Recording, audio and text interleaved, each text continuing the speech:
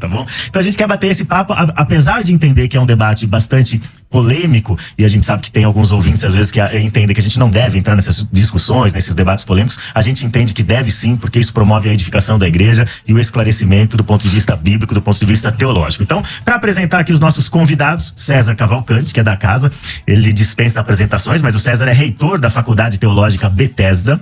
Ele é âncora dos programas Debates e Crescendo na Fé, aqui na Rádio Musical FM. E ele também é professor de hebraico e dos cursos internacionais da Faculdade Teológica Bethesda. Ele já foi pastor setorial da Assembleia de Deus e agora ele sentiu-se chamado para servir a comunidade genuína. Então ele é o primeiro convidado para estar aqui. Cumprimenta os nossos ouvintes aí. Ô, Léo, obrigado. Lana, obrigado ao pessoal da produção aí. Imagino que você deve estar nervoso aí agora. Demais, tô nervoso demais. Mas que seja um papo aqui, um debate produtivo, e que seja esclarecedor para o ouvinte. Tá ótimo, muito obrigado pela sua presença aqui como debatedor. E do meu lado, aqui do meu lado direito, do lado esquerdo de vocês, eu estou com a Lana Holder. A Lana Holder é pastora da comunidade Cidade Refúgio, um nome bastante sugestivo, né?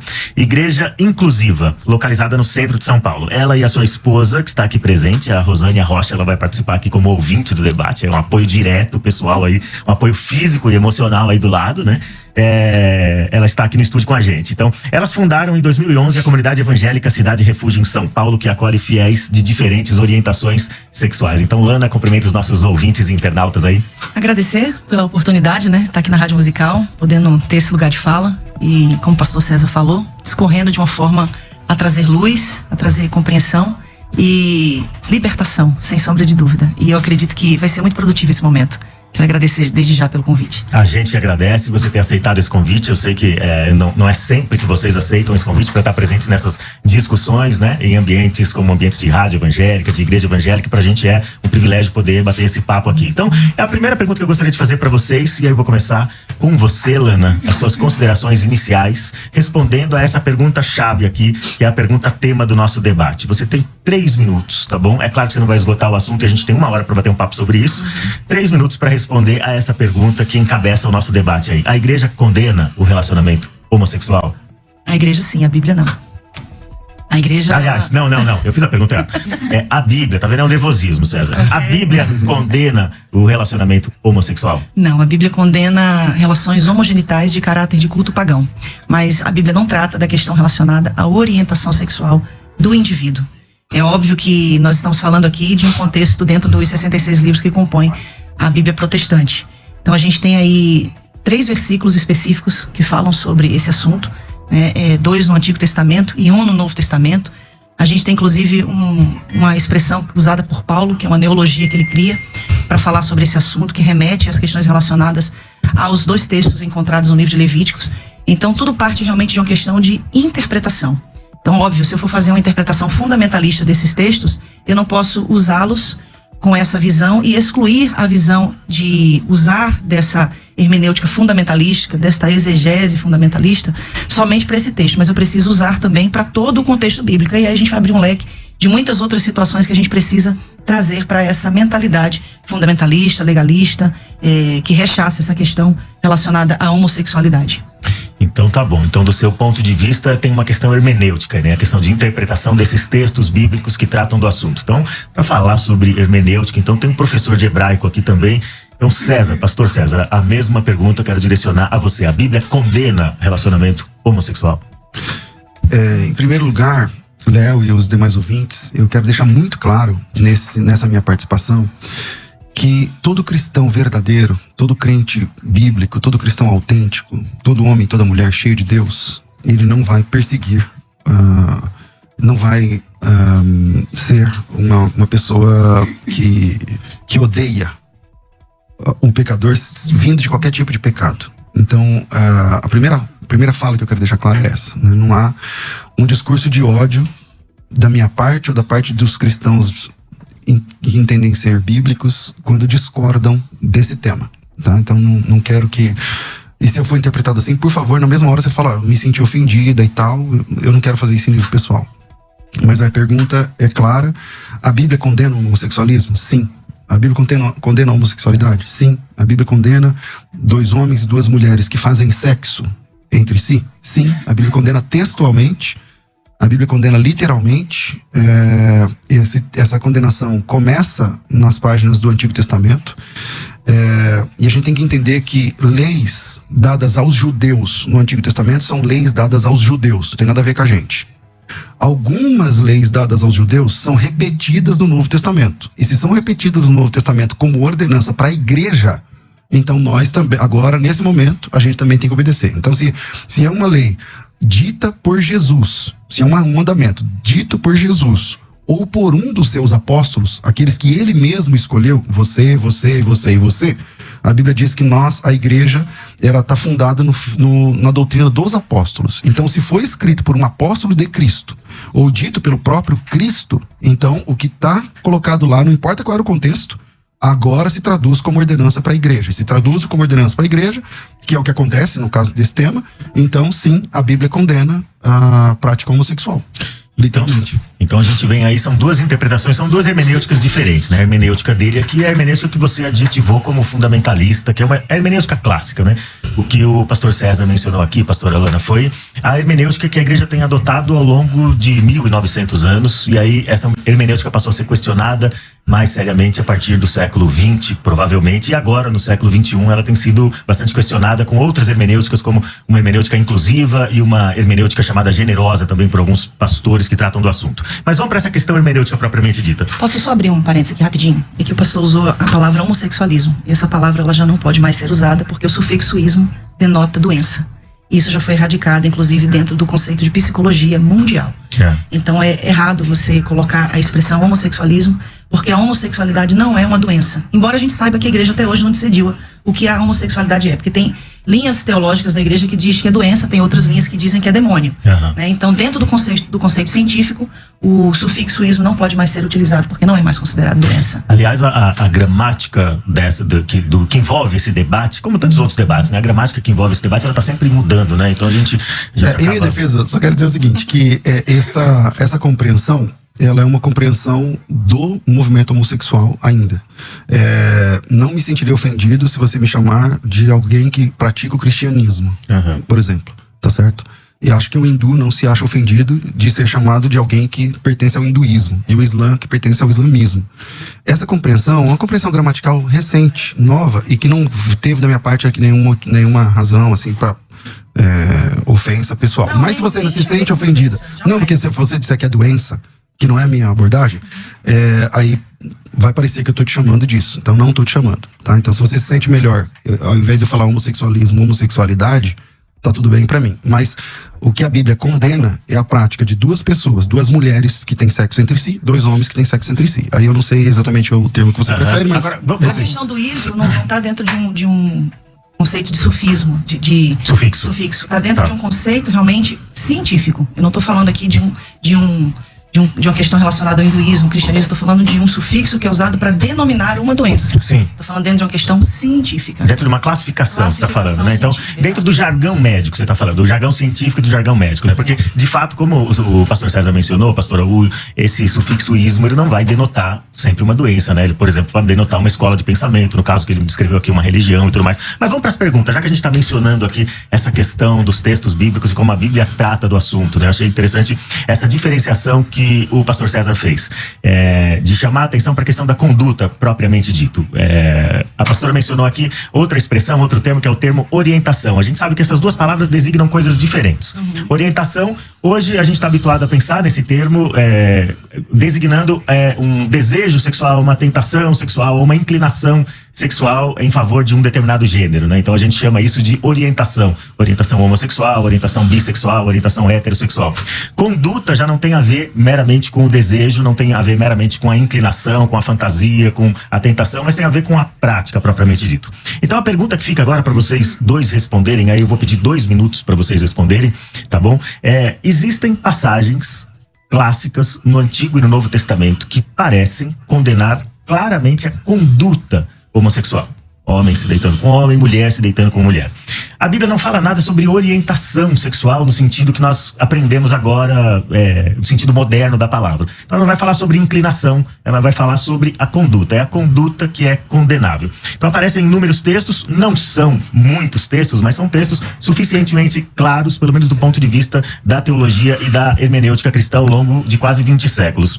Como um cristão honesto com a Escritura, que quer se submeter à palavra de Deus, deve interpretar essas passagens, como por exemplo em Levítico, Deuteronômio, as passagens nas cartas do apóstolo Paulo. Como que um cristão pode lidar com essas passagens, ao invés de fugir? Porque o que eu percebo assim, há alguns homossexuais ou militantes da causa LGBT que simplesmente negligenciam a Bíblia, negam a autoridade da Bíblia, a suficiência da Escritura e partem por uma interpretação pessoal. E esse não me parece ser o seu caso. Você vai para a Bíblia e vai lidar com esses textos. Como é que um cristão honesto pode ir para a Bíblia e lidar com esses textos, pastora Lana? Primeiramente, eu quero dizer que existe uma grande dificuldade de um cristão lidar com essa questão, principalmente se for um cristão gay. Porque ele cresce ouvindo que ele não é aceito como é.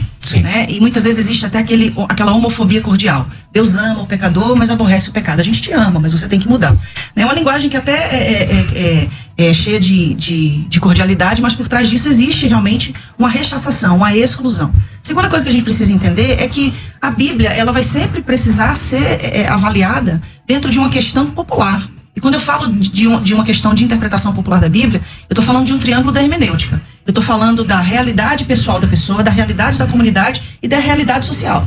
Então eu não posso usar textos, por exemplo, o texto mais antigo, mais recente do Antigo Testamento foi escrito 450 anos antes de Cristo. O mais recente do Novo Testamento, 90 anos depois de Cristo. Aí eu pego palavras que foram usadas nesses textos e insiro um vocábulo que foi criado em 1868 por Karl Marx Bennett, que foi um jornalista astro-húngaro, que era escritor, poeta e ativista dos direitos humanos. Você está falando do termo homossexual. E aí a gente usa esse termo que foi criado no século XVIII no século XIX para colocar aí em textos bíblicos que foram escritos séculos, milênios antes dessa ocasião. Então a gente precisa realmente fazer uma leitura popular, uma leitura que traga a manifestação da graça, porque se eu for escolher textos aonde eu vou dizer, não, esse texto aqui do Antigo Testamento eu posso aplicar hoje, mas esse aqui eu não posso. Então por que eu tenho que selecionar textos das Escrituras e dizer o que vale e o que não vale para o cristão da atualidade? E uma outra coisa que responde a sua pergunta pontualmente, nenhuma passagem bíblica, nenhuma, condena a homossexualidade, o sexo entre pessoas iguais no conceito de orientação sexual, mas a Bíblia não fala sobre orientação sexual. Se a gente for falar do que a Bíblia não fala, existem muitos temas atuais que a Bíblia também não fala, mas a gente usa a palavra de Deus como a nossa bússola no conceito de princípios divinos. Então o que eu estou querendo trazer aqui todas as vezes que a Bíblia fala, 2 vezes no Antigo Testamento e 1 vez no Novo Testamento, sobre relações homogenitais, inclusive somente no Novo Testamento é que se fala sobre relações homogenitais entre mulheres, que é o famoso texto de Romanos 1, 26 e 27. Então a gente vai entender que todo o contexto, ele fala de questões de cultos pagãos. Em Levíticos, o contexto está inserido dentro dos rituais egípcios e cananitas, de onde o povo veio e para onde o povo estava indo. Então o problema da igreja em si é a gente querer pegar esses textos isolados, fazendo uma exegese e não a exegese, dando uma interpretação de acordo com aquilo que a gente compreende. E nisso, não só dentro desse conceito, porque se a gente for falar sobre isso só dentro da questão da homossexualidade, a gente vai pecar contra fatores que são muito também relevantes, aos quais precisou se haver essa abertura de compreensão para se trazer uma luz de graça sobre determinados e N outros assuntos. Tá bom, pastora. Agora vou fazer a mesma pergunta para ele, né? Então ela mencionou aí que muitas vezes a gente faz uma exegese. Para quem está ouvindo aí não sabe a diferença entre exegese e exegese. Exegese é quando você extrai o significado ou depreende o significado do texto. Exegese é quando você impõe um significado espúrio ao texto. a Bíblia trata dessas questões claramente, pastor? E se a Bíblia trata, como que um cristão deve chegar para esses textos e que hermenêutica ele deve usar? Que interpretação ele deve dar para esses textos? Bom, sempre na pauta que eu falei no começo, com todo respeito, pessoal, que você merece, ela citou aí um jargão meio evangélico, né? Que Deus ama. Como é? Deus ama o pecador e aborrece o pecado. Beleza. Bom, o que a Bíblia diz, pessoal? Infelizmente, Deus não aceita ninguém como a pessoa é. Deus não aceita a mim como eu sou, Deus não aceita você como você é. Porque se Deus aceitar a gente como a gente é, não precisa de graça, não precisa de salvação, não precisa de mudança de vida, não precisa de conversão. Se Deus me aceita como eu sou, eu tô falando de todos, tá? Tô falando de todos e todas. Eu tô falando de mim, inclusive. Se Deus me aceita como eu sou, então não precisa de Cristo, não precisa de salvação, não precisa de redenção, não precisa de igreja, não precisa de batismo, não precisa de nada. Agora, a grande notícia da graça é que Deus não te aceita como você é, mas Ele te recebe como você está. E isso é para heterossexuais, isso é para homossexuais, tá para todos os seres humanos. Você tá entendendo?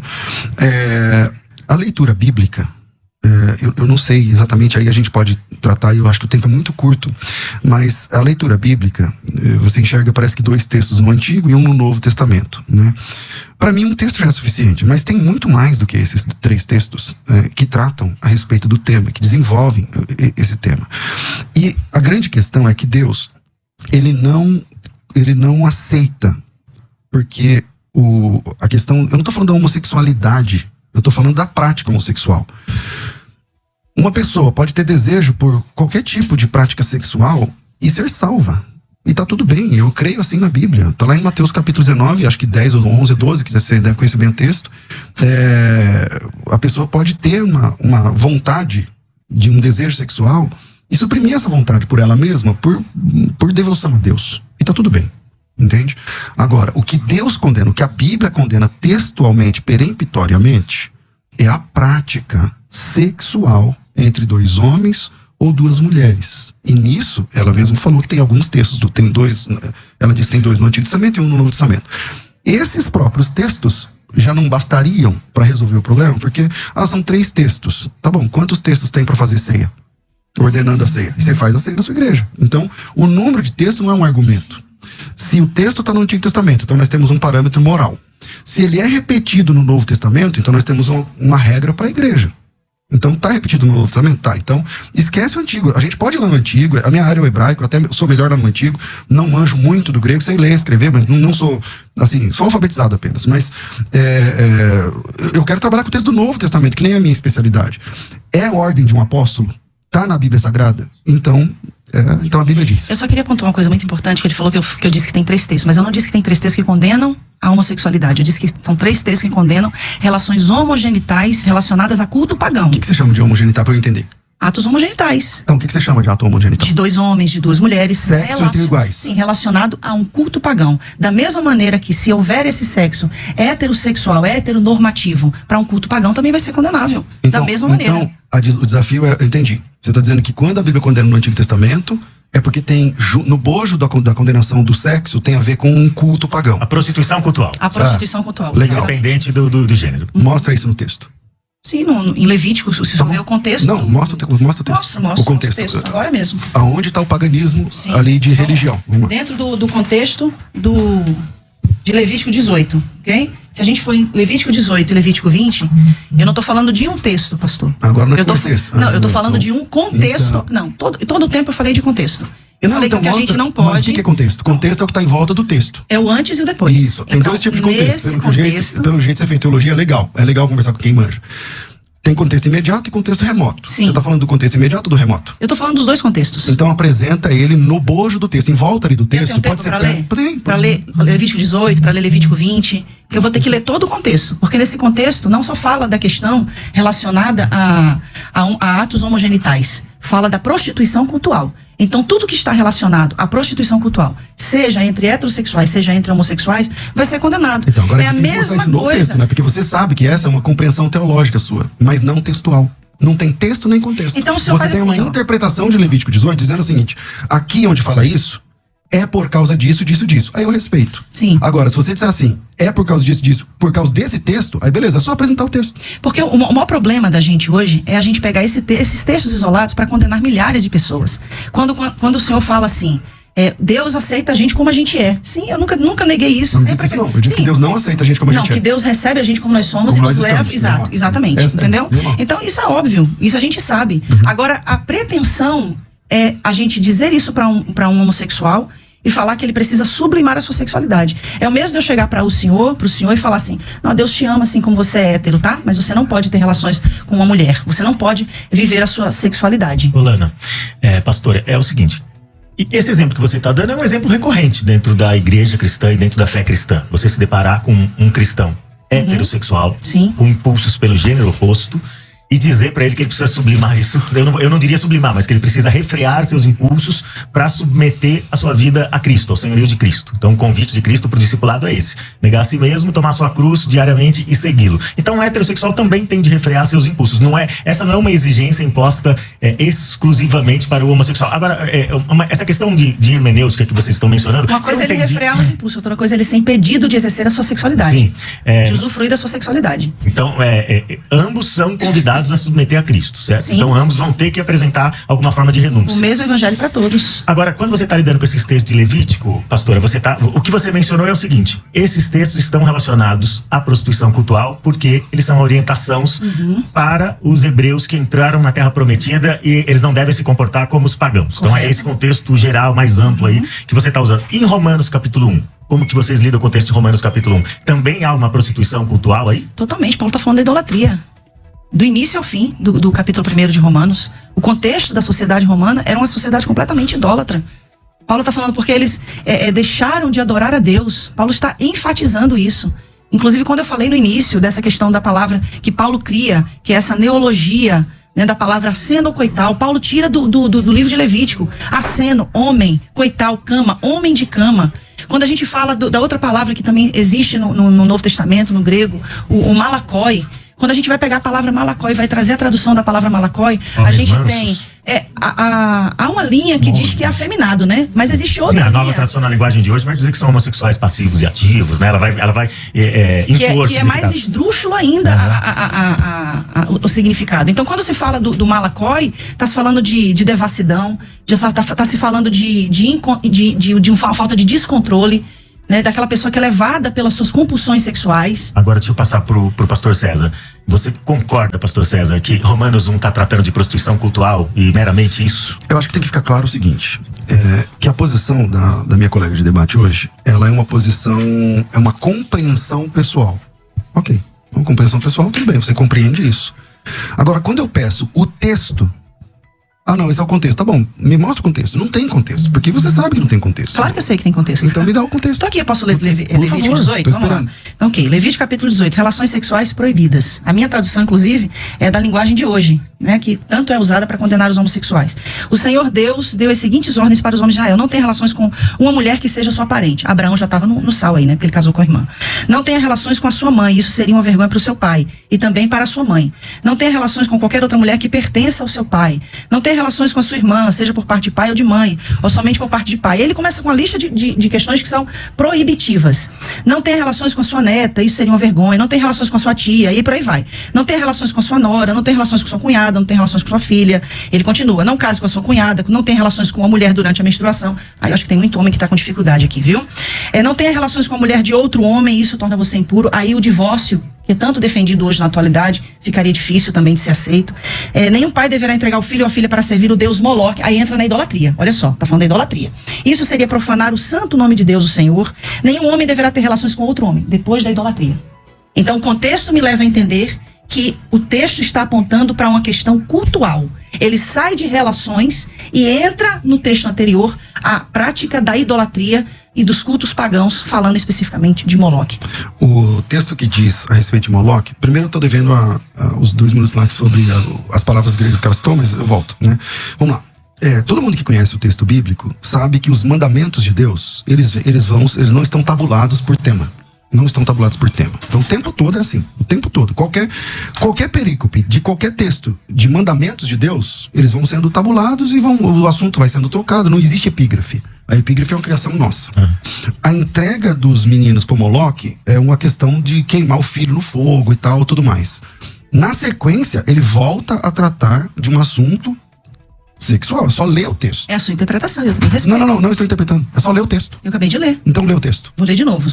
Pois não, vamos O lá. próximo texto. O texto que Nenhum você pai citou. deverá entregar o filho ao filho para servir o Deus Moloque, isso seria profanar o santo, o nome de Deus o Senhor. Nenhum ok. homem deverá ter relações com outro homem. Pronto. Tá, mas e aí? Aí onde está o Moloque aí agora? Mas acabou de ser citado o Então, Moloque. mas o texto anterior, veja como não tem credibilidade para ser o contexto que você está chamando. Vou te explicar por quê. Mesmo estando dentro do contexto, não tem credibilidade. Vou te explicar por quê. Porque o versículo anterior fala de um pai que entrega um filho para ser queimado no fogo.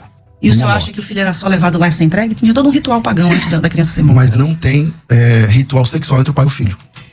Nunca teve. Tá? Mas Quando havia- entrega para Moloque. Então Mas você havia pega vários rituais reis. sexuais entre os sacerdotes e não a Moloque. os que se oferecia. Não a Moloque. É só estudar o deus Moloque, Sim. que o deus Moloque ele recebia, as crianças eram queimadas, o rito era esse, Sim. não tinha ritual sexual. Para Moloque não, outros têm. Existem deusas, por exemplo, Ishtar e tantas outras, que têm uma questão sexual. Mas não é o caso do deus Moloque. O próximo texto, então, nesse não tem nada sexual. Tem a questão de entregar o filho para ser queimado. No próximo texto, ele não fala de filho a ser queimado, não fala de Moloque, e fala que um homem não pode deitar com outro homem. É só ler o texto. Mas Agora, ele está dentro de um contexto de ritual não pagão. está dentro de pastor. contexto de ritual pagão. Agora, para responder a questão dos termos, né? O pastor César vai mencionar essa questão dos dois termos É que eu gregos fiquei aqui, vai devendo aí, explicar. depois- E aí já quero pedir para os ouvintes, vão mandando suas perguntas, suas opiniões para a rádio pelo WhatsApp 984849988. A gente vai responder definir esses dois termos aí biblicamente, do ponto de vista do pastor César, e a gente vai vir pro break em seguida, tá bom? Beleza. Vamos lá.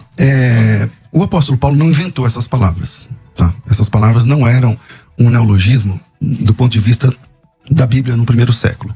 Essas palavras já existiam. O apóstolo Paulo usou.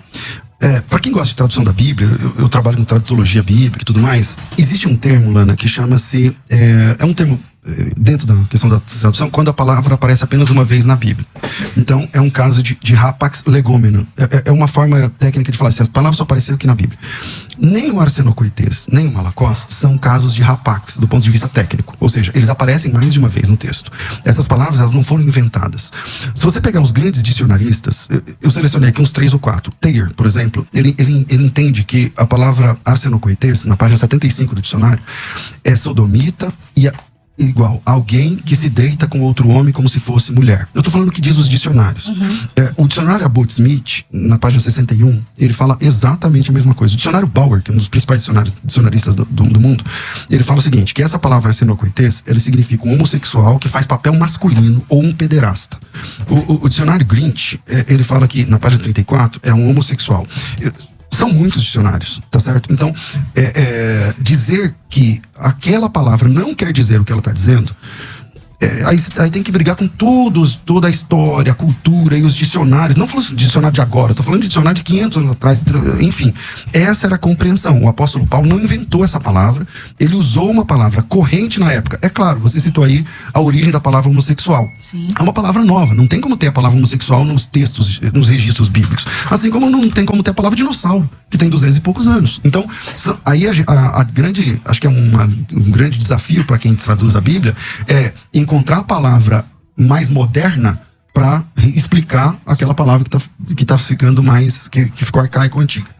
Na Bíblia anotada Oxford, considera, né, que eu acho que todo mundo aqui vai concordar, né, que é uma das Bíblias mais relevantes academicamente no mundo, né, traz notas que validam a não condenação dos homossexuais referente a essas passagens. Uma outra Bíblia também muito respeitada no mundo teológico e acadêmico é a Bíblia de Jerusalém, uma das traduções que é mais respeitada. Então, nessas Bíblias, esses termos malacó e arsenocoital não são considerados termos relevantes a práticas homossexuais. Bom, a gente vai voltar. O nosso debate de hoje é sobre o tema A Bíblia condena o relacionamento homossexual? E para debater esse assunto aqui, eu sou o Léo Barbosa, estou mediando hoje excepcionalmente esse debate, porque o pastor César Cavalcante está aqui, é um dos debatedores, e ele foi convidado especialmente para estar aqui nesse debate hoje para discutir do ponto de vista bíblico-teológico, e a pastora Lana Roder também está aqui para discutir esse tema com a gente. Então, a gente terminou o bloco anterior falando sobre os termos e as passagens que aparecem tanto em Levítico quanto nas cartas do apóstolo Paulo, e a gente lidou especificamente com o texto de Romanos capítulo 1, e a defesa da pastora Lana, pastor César, é de que esses textos não tratam meramente de uma relação entre dois homens ou entre duas mulheres, mas ela associa isso à questão da prostituição cultural e da idolatria. Então essa é a questão. O que a Bíblia vai dizer pra gente, obviamente, acho que todos nós concordamos aqui, é que o sexo fora do casamento é pecado.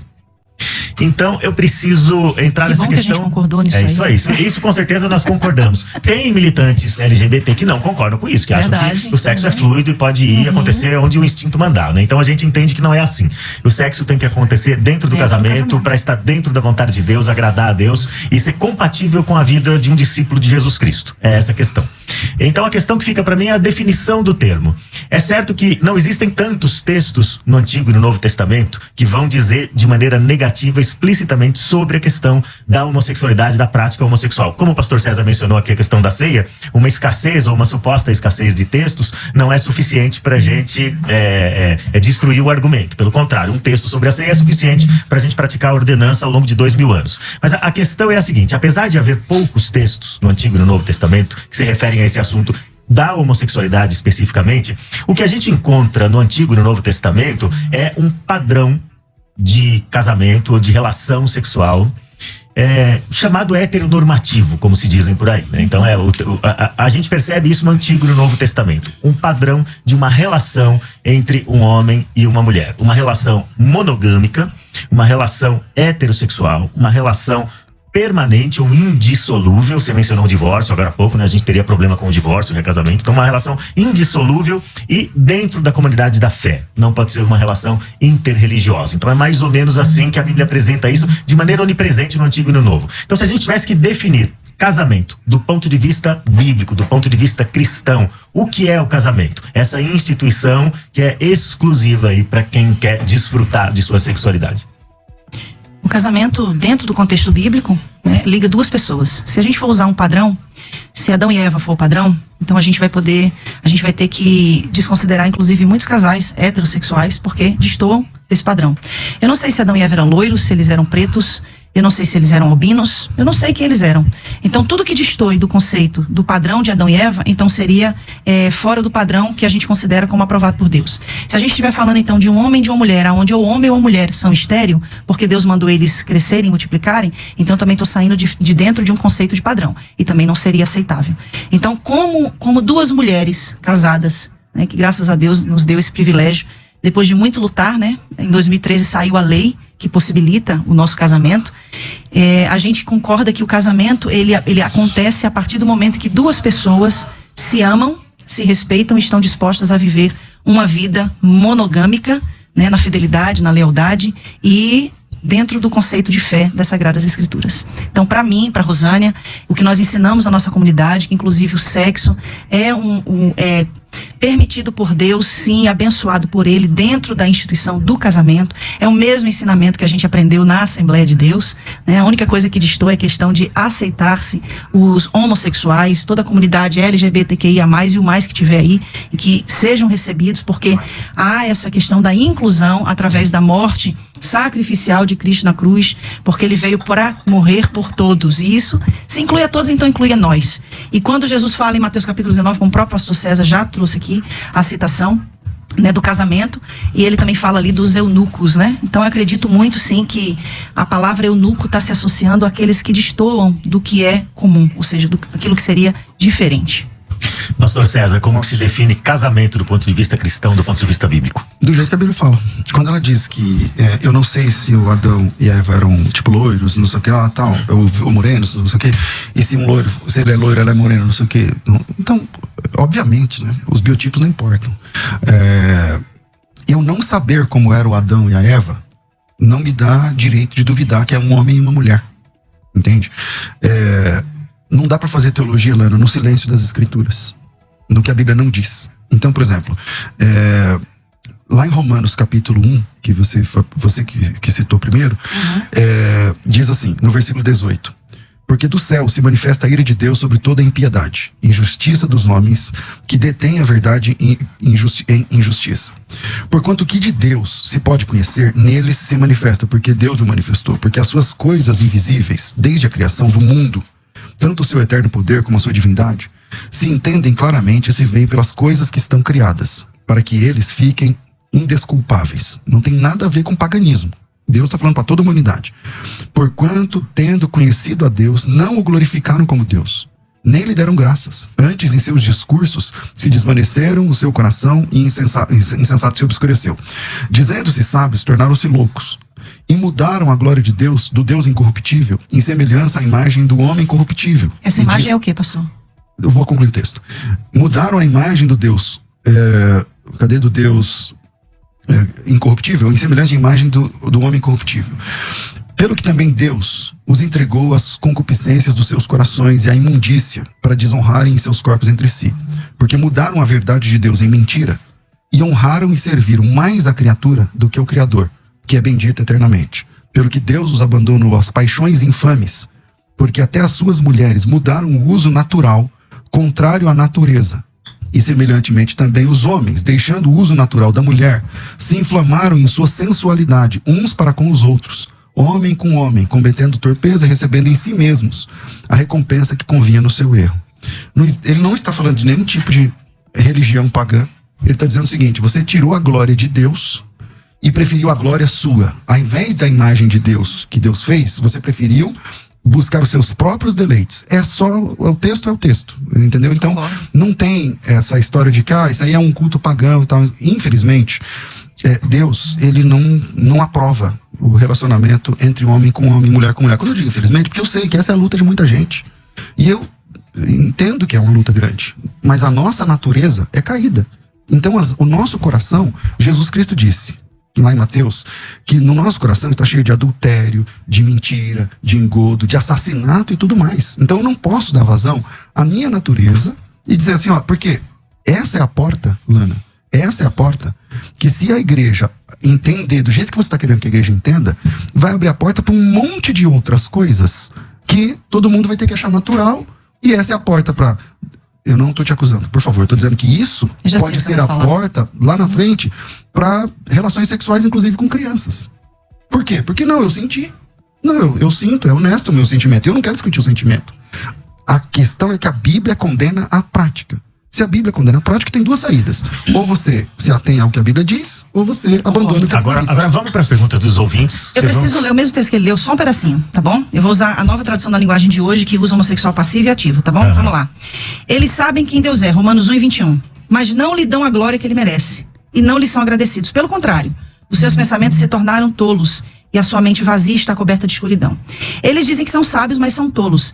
Em vez de adorarem ao Deus imortal, adoram ídolos, que são eles, se parecem com seres humanos, ou com pássaros, ou com animais de quatro patas. Então, se o senhor dizer para mim que nesse contexto não existe idolatria, o senhor está idolatria fora... É autolatria, né? É autolatria, não é contexto pagão. Mas é um contexto pagão, porque Roma era uma cidade pagã. Vários templos pagãos, inclusive a religião que predominava era a adoração à deusa Diana. Eu vou para um áudio, tá bom? Pra gente ver as perguntas dos ouvintes. Vamos sentir esse termômetro. São os ouvintes. A direção ali tá dizendo, não, vamos continuar debatendo, vamos continuar discutindo, pode ser? Então vamos lá, pastor, vamos continuar aqui então. Deixa o áudio pra lá, vamos continuar aqui. Eu acho que já não dá mais tempo. Uma pergunta que eu quero fazer então, pra vocês dois. Aí eu quero direcionar uma pergunta pra você, pastor, direcionar uma pergunta especial pra você, pastor. Então, vou começar com o pastor agora, porque eu comecei com todas as perguntas com você.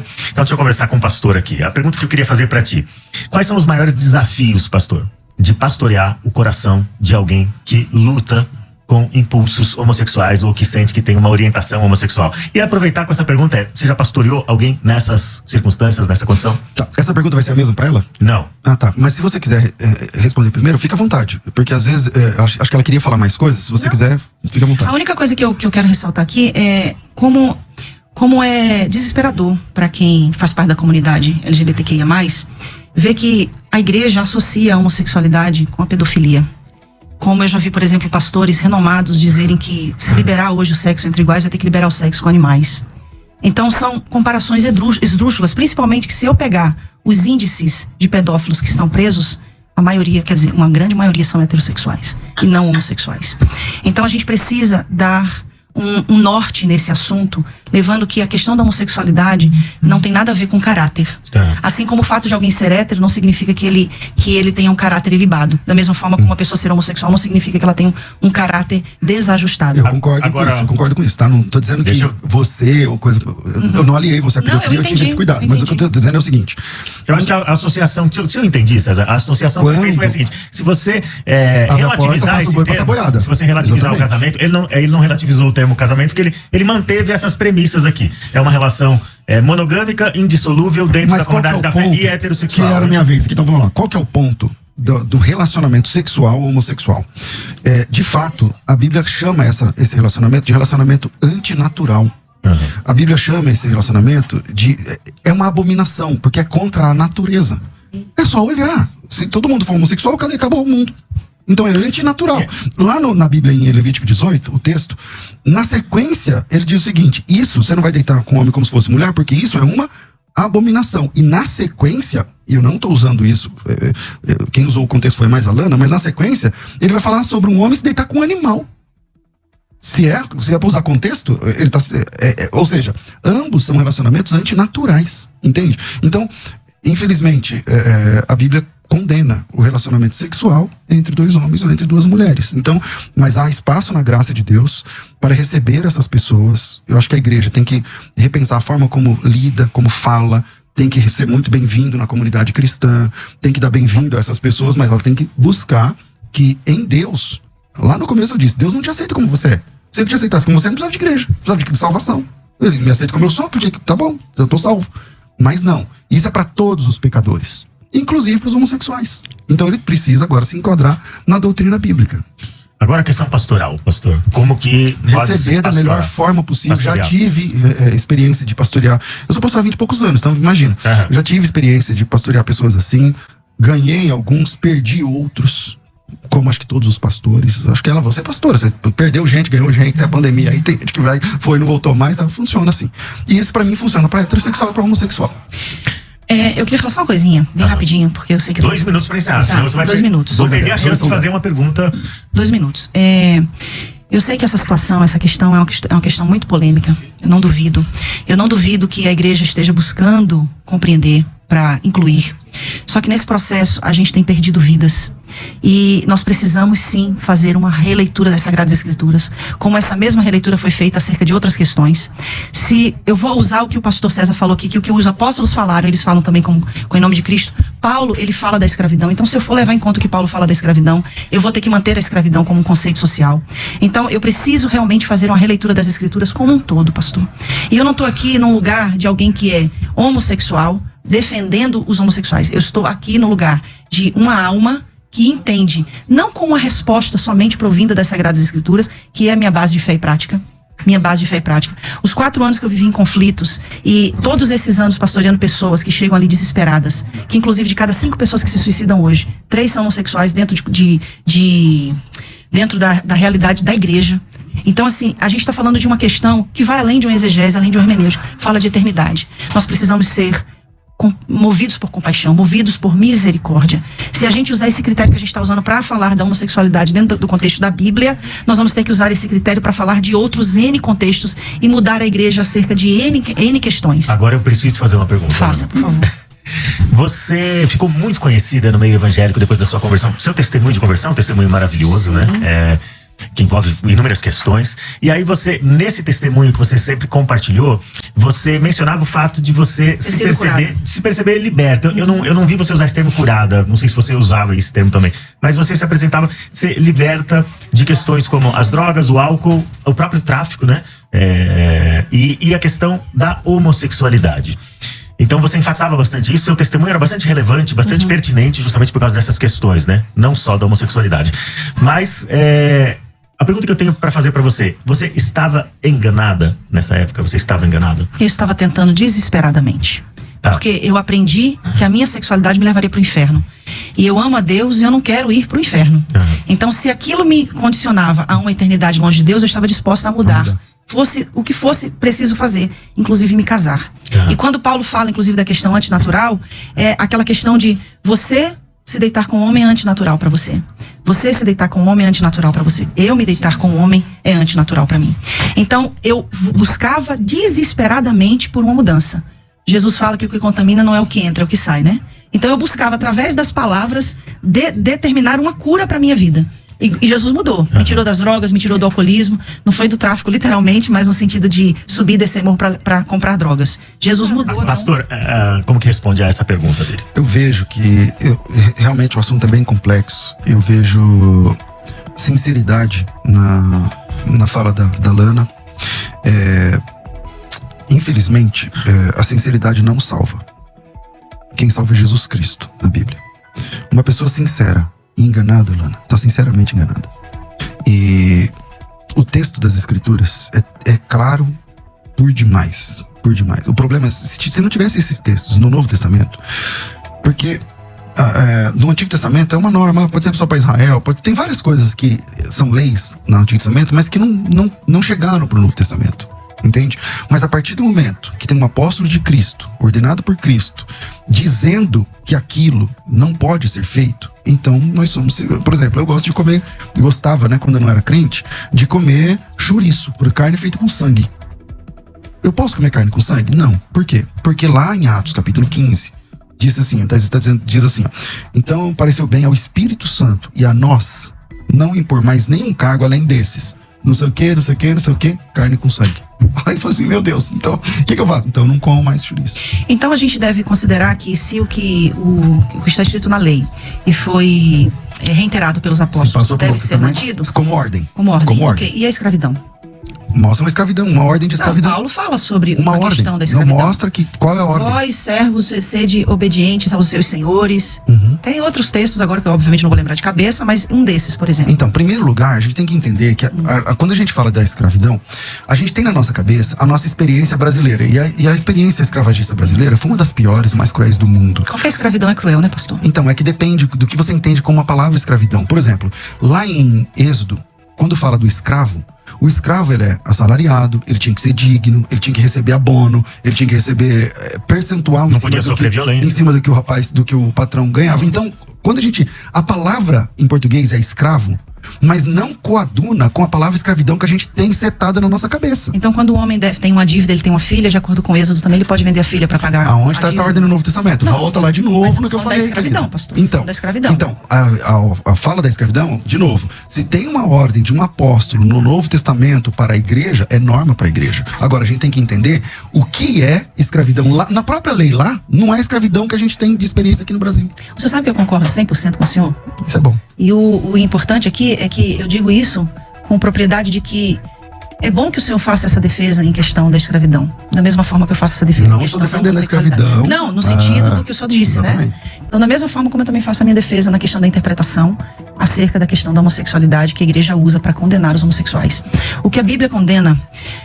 A palavra sodomita, ela foi relacionada aos homossexuais a partir de 1000 anos depois de Cristo, através de São Tomás de Aquino.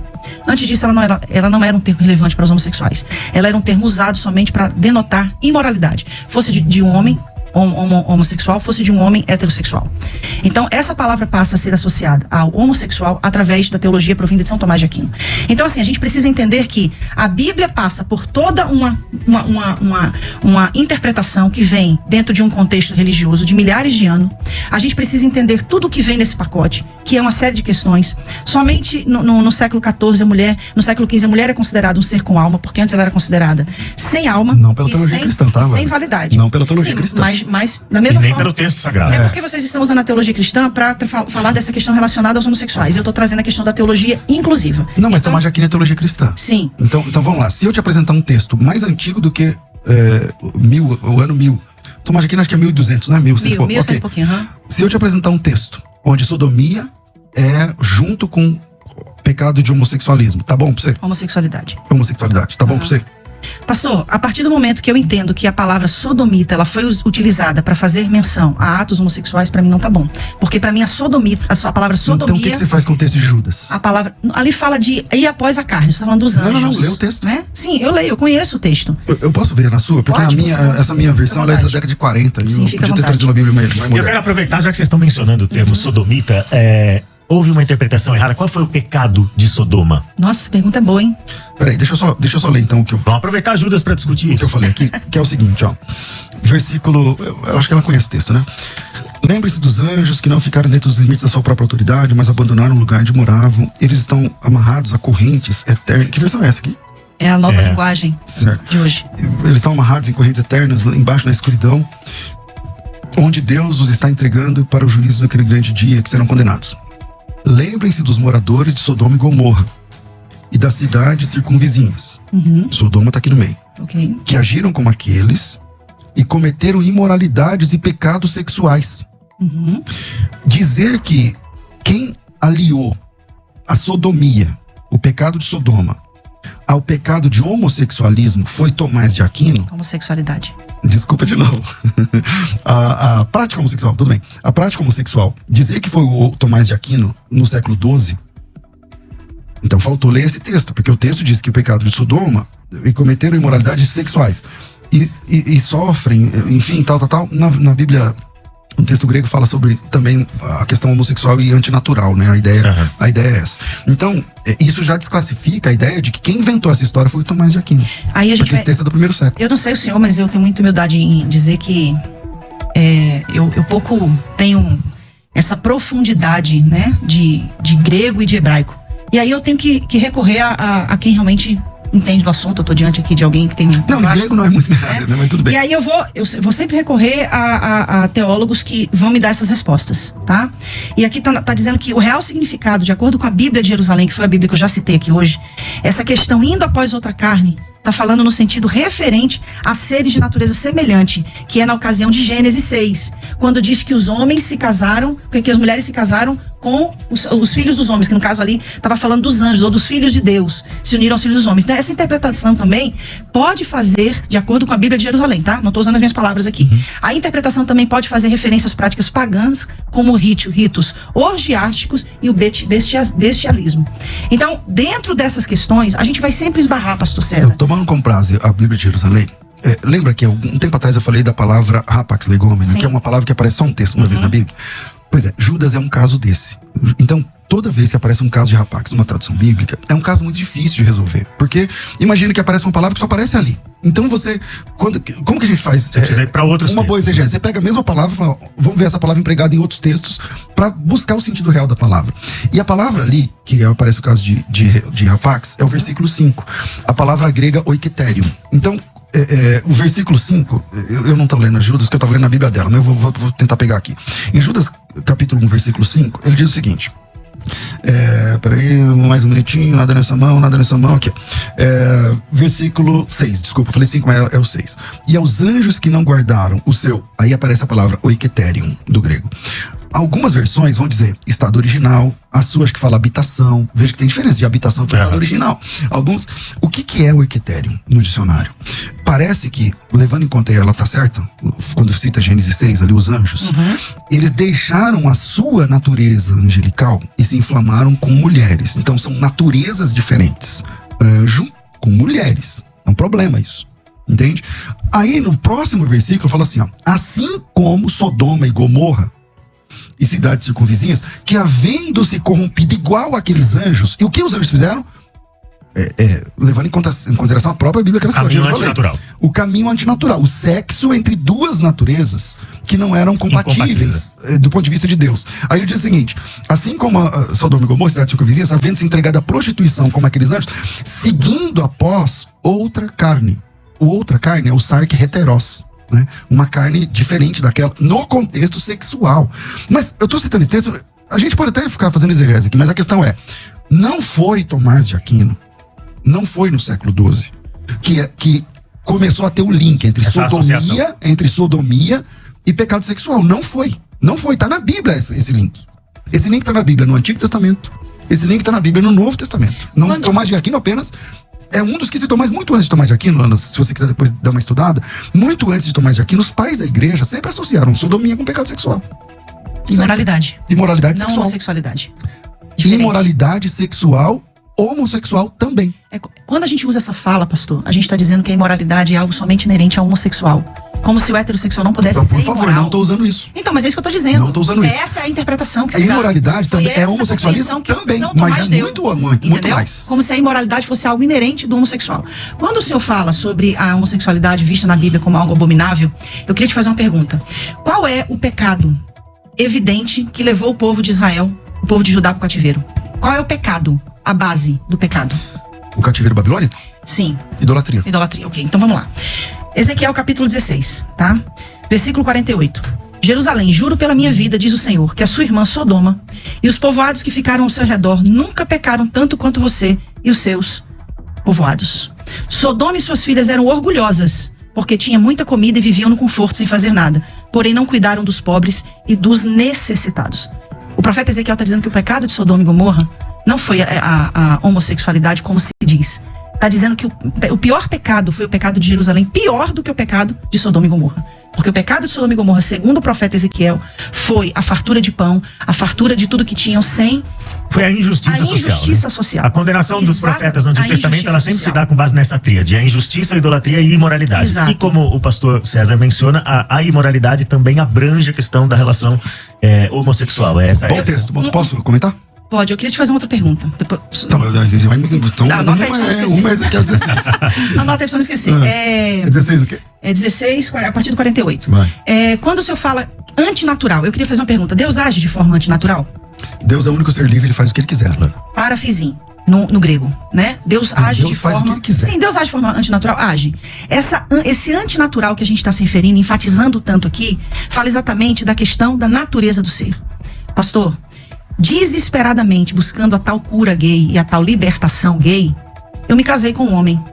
Eu tive 2 filhos, perdi o primeiro filho com aborto natural, tive um segundo filho, buscando desesperadamente essa cura ou essa tal libertação, me submetendo a uma relação heterossexual por acreditar que me impor aquilo mudaria a minha natureza, porque a minha natureza deveria ser heterossexual. Então assim, o que nós precisamos fazer, e aqui eu tô falando, não é como uma pastora, é como uma alma. Como uma alma que recebe ali na igreja todos os dias pessoas desesperadas. Você acha honesto você falar isso que você tá falando? Por exemplo. Em que sentido? Vou te explicar. Você acha honesto você dizer assim, ó, eu desesperadamente, eu tô te entendendo como alma, tá? Sim. Eu desesperadamente, buscando uma cura gay, me submeti a um casamento. Você foi obrigado a casar, Lana? Alguém pôs uma arma na sua cabeça? Alguém falou pra você assim, vou concluir a pergunta. Alguém falou assim, ó, só tem um jeito de você se libertar. É casando. É tendo um relacionamento sexual. É transando com um homem. É gerando filho. Alguém te falou. Porque se alguém falou isso pra você, esse cara estragou a tua vida. Ele é herege. Quem te obrigou a fazer isso? Porque se você for obrigado, então vamos lá. Então não é honesto da sua parte. Desculpa a sinceridade. Você diz assim, eu fui submetida. Não, você não foi submetida. Você quis. Às vezes você entendeu. Lá no começo da sua vida cristã, você entendeu que falou, não, peraí, então como eu passo um homem ou uma mulher na rua, eu olho pra mulher. E eu sou crente agora, então eu não posso olhar pra mulher. Então beleza, então eu vou lá casar com um cara porque eu acho, então você depositou sua esperança no casamento. Eu não acho honesto você falar assim, eu fui submetida, porque aí você é vítima. O senhor sabia que existem milhares de pessoas hoje que são submetidas a testes para cura do câncer com tratamentos que ainda não foram aprovados? Sabe o que elas estão fazendo? Agindo de forma desesperada. Eu tô fazendo uma analogia. Eu concordo com o seu desespero. Eu só acho que não é honesto você dizer que você foi submetida. Porque aí é um vitimismo. Eu não tô dizendo, uma coisa que eu não sou é vítima, então, né? Então você quis casar, você sonhou com o casamento, você lá atrás. Não, nunca sonhei com casamento. Eu sonhei com Deus. Eu sonhei em ser aceita por Deus. Concordo. Entendeu? Então foi isso que a igreja me ensinou. Então, quando a igreja Mas não te obrigou, né? Não, jamais. Isso, jamais, com certeza, jamais. Pastor César, o que você acha que um cristão com orientação, com impulso homossexual pode esperar de Deus e da igreja? Graça sobre graça o tempo todo. Porque ó, ela esperava, e talvez pelo ambiente, nesse sentido ela se sente induzida a acreditar de maneira errada, a compreender de maneira errada, ela esperava que essa orientação, que esse impulso dela fosse extirpado, que ela fosse desnaturalizada nesse sentido, fosse extirpado e procurou os caminhos dela. Essa é uma expectativa realista de uma pessoa que se converte? Pode acontecer. Pode acontecer, cara. mas... Vamos lá, deixa eu responder a sua pergunta claramente. Existem pessoas que tiveram experiência, vivência homossexual. A Lana deve saber mais do que eu sobre isso, porque ela viveu isso. Você lembra, você foi uma das principais pregadoras do Brasil, cara. Você inspirou milhares de mulheres a pregar. E eu acho que isso ninguém tira de você, foi muito legal. Agora, naquela época, eu não sei se você lembra do Joide. Você lembra do Joide? Sim. Lembra? Então, casos como o Joide faleceu, né, infelizmente. O Joide, ele foi um travesti, morou na Europa, não sei o que lá, tal. Cara, conhecia a esposa, os filhos, tal. Houve transformação. Casos como esse, ela deve conhecer mais do que eu, existem. Então, eu não posso dizer que não existe. Agora, eu reconheço que a luta na área da sexualidade deve ser terrível. Entendeu? Não é fácil. E o que o homossexual que quer buscar a Deus espera, já que esses textos que a gente está citando, condena aquela prática. Mas não é só essa prática. A Bíblia condena muitas coisas da nossa natureza. Muitas coisas da nuance natural do homem. Nós somos seres caídos. Então, eu vou ter tendências e vontades e desejos que não são permitidos pela Bíblia. Que nessa nova dieta, no cristianismo, esse prato não serve para mim. Então eu tenho que entender, buscar em Deus. E eu acho que é uma luta terrível, difícil pra caramba. A mesma coisa de outras pessoas que vêm de outros tipos de tendências. Na área sexual, em outro tipo de área. Agora, o que ele tem que esperar? Esperar em Deus, crer em Deus, servir. E não aconselho que faça o que a Lana fez. Eu acho que ela mesma não aconselha. Se você tá achando que a esperança da sua sexualidade é uma cura, esquece. Se você tá achando que a esperança da sua sexualidade é um casamento, esquece. Você vai estragar a sua vida e vai estragar a vida do cara ou da menina que você casar. Na realidade, o Joide e tantos outros, pra mim, é só um exemplo de sublimação. Você não pode mudar a natureza de uma pessoa. Mas será? Você não tá Você sublima, transferindo? é diferente. Será que você não tá projetando sobre ele uma experiência que foi sua? Sublimar é o que eu fiz, por exemplo, durante quase 8 anos. Eu me converto ao evangelho e sublimo a minha sexualidade, eu não a pratico. Então tudo aquilo que você falava era mentira? Não era mentira, era uma vontade de viver aquilo.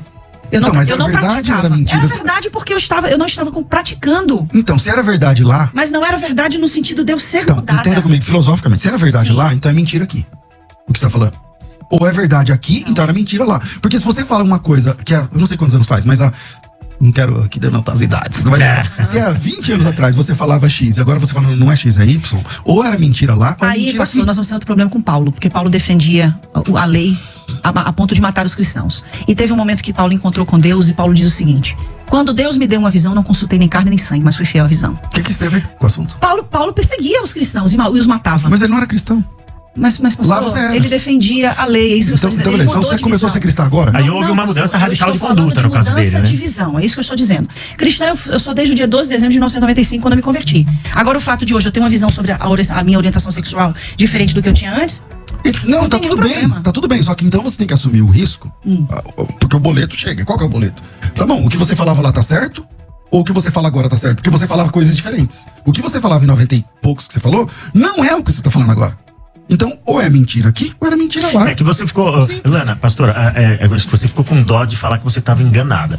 Porque as duas vezes que eu perguntei pra você se você estava enganada, você falou, não, eu acreditava desesperadamente. Isso. Mas se eu acredito desesperadamente, ou por causa de pressão do grupo, ou por causa de um anseio, de uma expectativa meu, não deixa de ser um engano. A melhor pessoa pra falar sobre isso sou eu mesmo, claro. tá bom? Então vamos lá. Vocês falam dentro de uma perspectiva externa. Vocês falam dentro de uma perspectiva interna, ok? Então, tudo que eu fiz, não foi só casamento. Foi cura interior, foi libertação, foram longos processos de jejum, foram subidas ao monte. Ministério foi chamado. Ministério não tem nada a ver com a minha sexualidade, né? Então, assim, quando eu venho a um casamento, vivo a maternidade, tudo isso eu vivo nessa busca, como tantas outras situações pelas quais eu me predispus a fazer, não fui obrigada a nada. Eu me predispus porque eu cresci dentro de um contexto onde eu fui ensinada que o fato de eu ser quem eu era ia me levar ao inferno. Eu amo a Deus e não quero ir ao inferno. Então faria tudo o que fosse necessário para mudar, como fiz. Naquele contexto era a minha verdade. Ok? No grego, quando a gente pega lá João capítulo 1, versículo 1, quando João fala do verbo, essa palavra verbo tá lá, davar. Davar fala de verdade e realidade. Naquela época, era a minha verdade, a minha realidade. Era a minha realidade. Hoje, a minha verdade e a minha realidade é compreender que eu nasci assim e eu louvo a Deus por nascer assim. Mesmo por quê? Porque eu entendo que hoje o meu chamado é uma voz para alcançar tantos outros iguais a mim que acreditam que não são amados e aceitos por Deus. Então, o que eu quero trazer aqui hoje é, a minha verdade hoje é essa. Eu mudei de ideia, mudei como Paulo mudou, mudei como Pedro mudou quando vi um lençol descendo e Deus dizendo para ele, come, mata e come. Não porque é impuro. Você não vai dizer que é impuro aquilo que eu santifiquei. Então, mudei de ideia como Pedro mudou, mudei de ideia como Paulo mudou. Então, com essa resposta, você está anulando aquilo que estava atrás. Não, pastor, mas aquilo lá atrás foi lá atrás, como foi lá atrás com Pedro, então, como mas foi lá nós atrás não com estamos Paulo. lá atrás, a gente está chegando agora, vamos lá. 30 minutos. Já vou terminar. Caramba, de novo já chegou. Atos 15, concílio em Jerusalém. E aí? Para ser aceito tem que ser circuncidado ou não? A igreja toma uma decisão, gente. Era uma questão de lei, mas vem uma mudança. A igreja sempre vai precisar passar por mudança. E uma coisa que vocês nem ninguém vão poder impedir. Deus está promovendo uma nova reforma. E essa reforma vai vir, quer vocês queiram. Quando eu falo vocês, eu não falo afrontando, tá? Eu falo no sentido que a igreja queira, que ela não queira. Porque assim como aconteceu a reforma protestante, está acontecendo a nova reforma hoje. E essa reforma, sabe por quê? Quando Deus chamou a mim e a Rosana, ele foi enfático em falar conosco, dizendo assim: estou levantando vocês para fazer a última colheita antes do arrebatamento. Sabe o que Deus diz? Eu vou buscar a igreja e não aceito que vocês fiquem de fora. Então nós assumimos essa responsabilidade. Todos os dias estamos debaixo, sim, de opressões, de xingamentos, de maldições.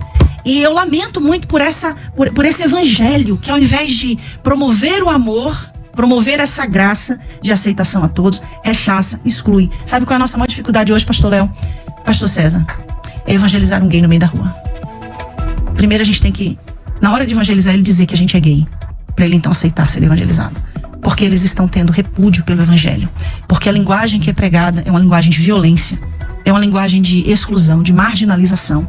Então, nós assumimos um lugar que eu estou disposta a morrer nele, se for necessário, para que outras pessoas sejam alcançadas. Bom, milhares de vidas sejam salvas. A minha primeira fala, Léo, eu vou voltar nela lá atrás, né? Lana, você se sentiu, da minha parte... Não, pastor, jamais, de forma algum alguma. discurso de violência ou coisa do Jamais, gênero, tá? jamais.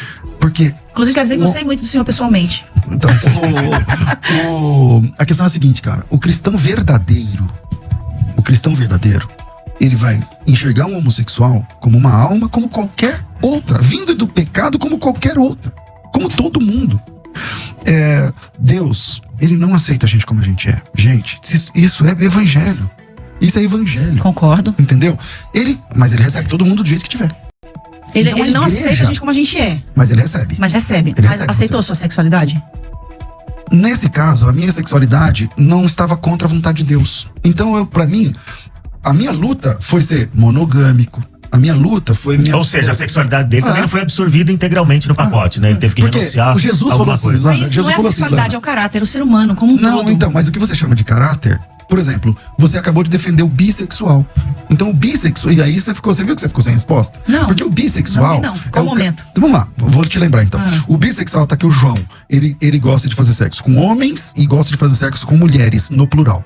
Aí esse cara conhece a fé. Sim. Na minha opinião, na minha visão da Bíblia, esse cara tem que abandonar essa questão. Ele vai viver sexualmente assexuado? Não. Ele vai casar com uma mulher, acabou. A vida dele é a vida monogâmica. Já que ele é um bissexual e não tem Você repulsa pelo também sexo oposto. defendeu que esse cara E o tem que que ser que- monogâmico. e o que que Mas diz você tudo que eu defendeu falei? assim. Então, vou chegar lá. Você defendeu que o João também tem que ser monogâmico. Só que você diz assim, no seu caso, ele tem que escolher um homem ou uma mulher e ficar com ele até o fim da vida. Sim. Aí eu disse, nesse momento ele parou de ser bissexual.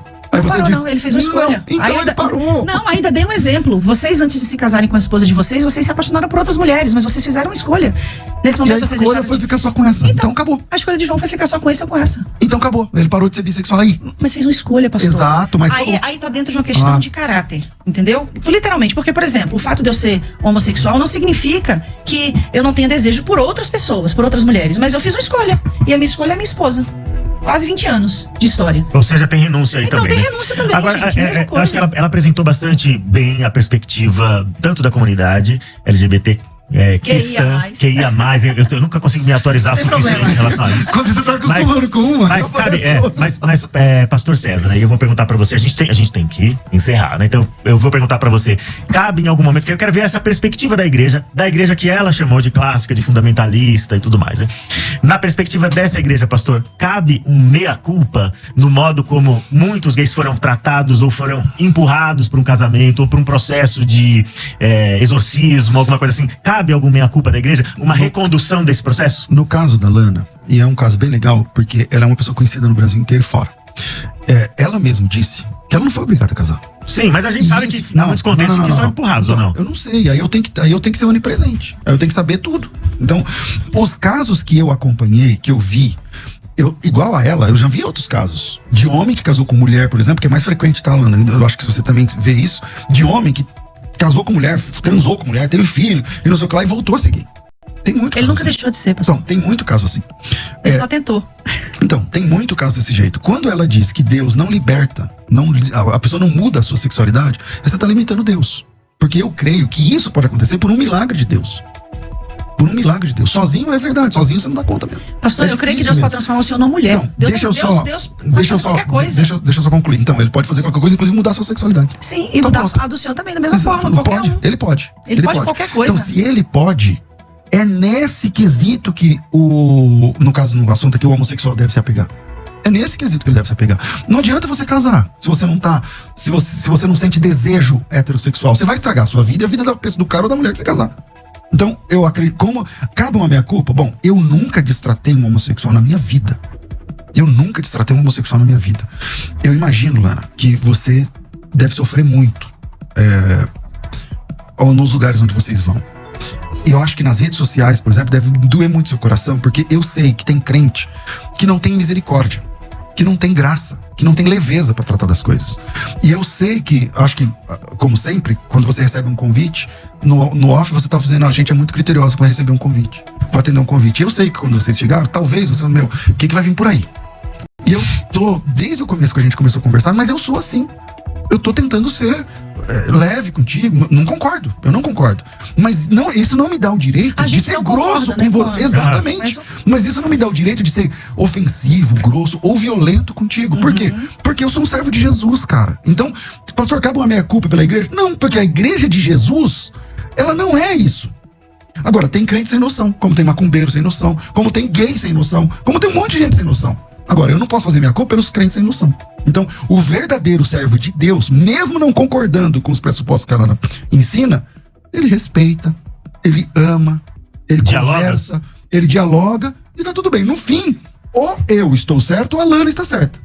A gente tá discordando num ponto essencial. Um dia a gente vai estar diante de Deus. Ou a compreensão que eu tenho está correta, e aí a Lana vai se dar mal, ou a compreensão da Lana está correta e eu vou me dar mal.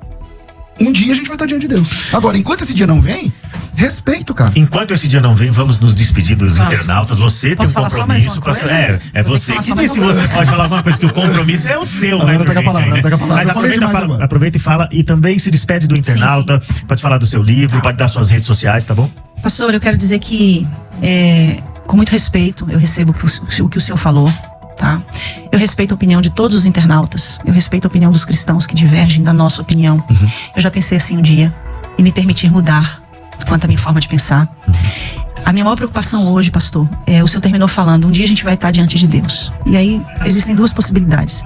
Da Lana tá certa, eu tá errado, mas a gente vai estar lá.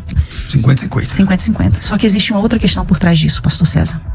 É que se você estiver errado, milhares de pessoas foram lançadas ao inferno por causa desse erro. E falando a respeito da sua causa, se eu tiver errado, então milhares de pessoas também vão estar indo ao inferno por causa de mim. Só que para tomar uma decisão como essa que eu tomei, de junto com a Rosânia começar uma igreja com essa proposta de inclusão, a gente teve muita certeza e muita convicção. E uma convicção que vai além de uma letra, mas de uma experiência com o Espírito.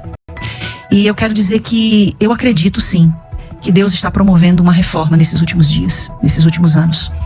A gente tem hoje a Igreja Batista do Pinheiro lá em Lagoas, que foi também excluída da Convenção Batista por causa dessa releitura das Escrituras.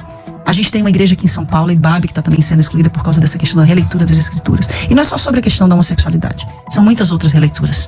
A mulher tem o seu lugar de significância, os pretos têm o seu lugar de significância. É uma reforma social que está acontecendo. E eu quero dizer que hoje o meu coração da minha esposa, Rosânia, bate por almas. E o nosso desejo, pastor, é ganhar almas, alcançar vidas. É fazer com que essas milhares de pessoas que estão nos ouvindo agora, que elas saibam que Deus ama elas como elas são, porque elas foram criadas por Ele assim. Salmo 139. Quando me entristeceste no ventre da minha mãe. Eu queria muito, pastor, ser hétero, para poder continuar pregando em todos os púlpitos onde um dia Deus me levou. Mas Ele quis que eu fosse assim, com um propósito excelente, que é de alcançar vidas. Porque o que vocês fazem, milhares fazem. O que nós fazemos, poucos têm coragem, mesmo sendo gays. E a gente está aqui para dizer que existe um lugar no céu para essas pessoas. Eu quero agradecer a oportunidade e quero falar do livro que a gente está lançando. O lançamento foi ontem, Casamento em Construção. Não existe em nenhum lugar do mundo um livro com um teor desse, porque fala da família homoafetiva. Nós temos milhares de livros para casamentos heterossexuais, para famílias heterossexuais. E eu quero fazer aqui uma alusão a esse livro com a seguinte palavra: a todas as famílias da terra, acerca das quais Deus declarou que seriam benditas. A minha família é bendita. Especialmente aquelas que ao longo da história foram invisibilizadas, silenciadas e esquecidas, mas que hoje, pela fé e pela lei, têm a sua existência garantida. É só um direito de existir, um direito de ser, um direito de alcançar essa graça, ao qual a Bíblia diz que é para todos, e ao qual Pedro termina dizendo: reconheço, pois, que Deus não faz acepção de pessoas. Amém? Muito obrigado, amém. Muito obrigado, Lana. Obrigado por participar desse debate, por se dispor a vir conversar sobre esse assunto que é tão delicado e que te expõe bastante, né? Muito obrigado. E agora, pastor, se despeça também aí, suas considerações finais aí, se despeça dos nossos internautas. Obrigado. Desde o começo tô aqui cheio de dedos, né? Pra ver se eu não quero ser desrespeitoso, não quero ser nada. Mas foi um papo interessante. Vi sinceridade, né? Um coração sincero, e é muito legal a gente conversar baseado na sinceridade. Eu imagino o sofrimento e meu coração está com essas pessoas que sofrem. Eu acho que o papel da igreja é essa missão de evangelizar homossexuais. Eu acho que é papel da igreja. Sim, a igreja tem que receber essas pessoas, acolher essas pessoas, pregando o evangelho que transforma homens. Assim como pessoas, assim como todas as pessoas, é a missão da igreja. Deus abençoe. Léo, desculpa alguma coisa, Lana, se eu te desrespeitei em algum momento, me perdoa, não foi essa a minha intenção. Em paz, tá tudo ok. Deus ama os héteros também, viu? Ele falou que viu sinceridade em você diversas vezes aqui. Você viu sinceridade também, pastor? Sim. Então tá ótimo. Obrigada.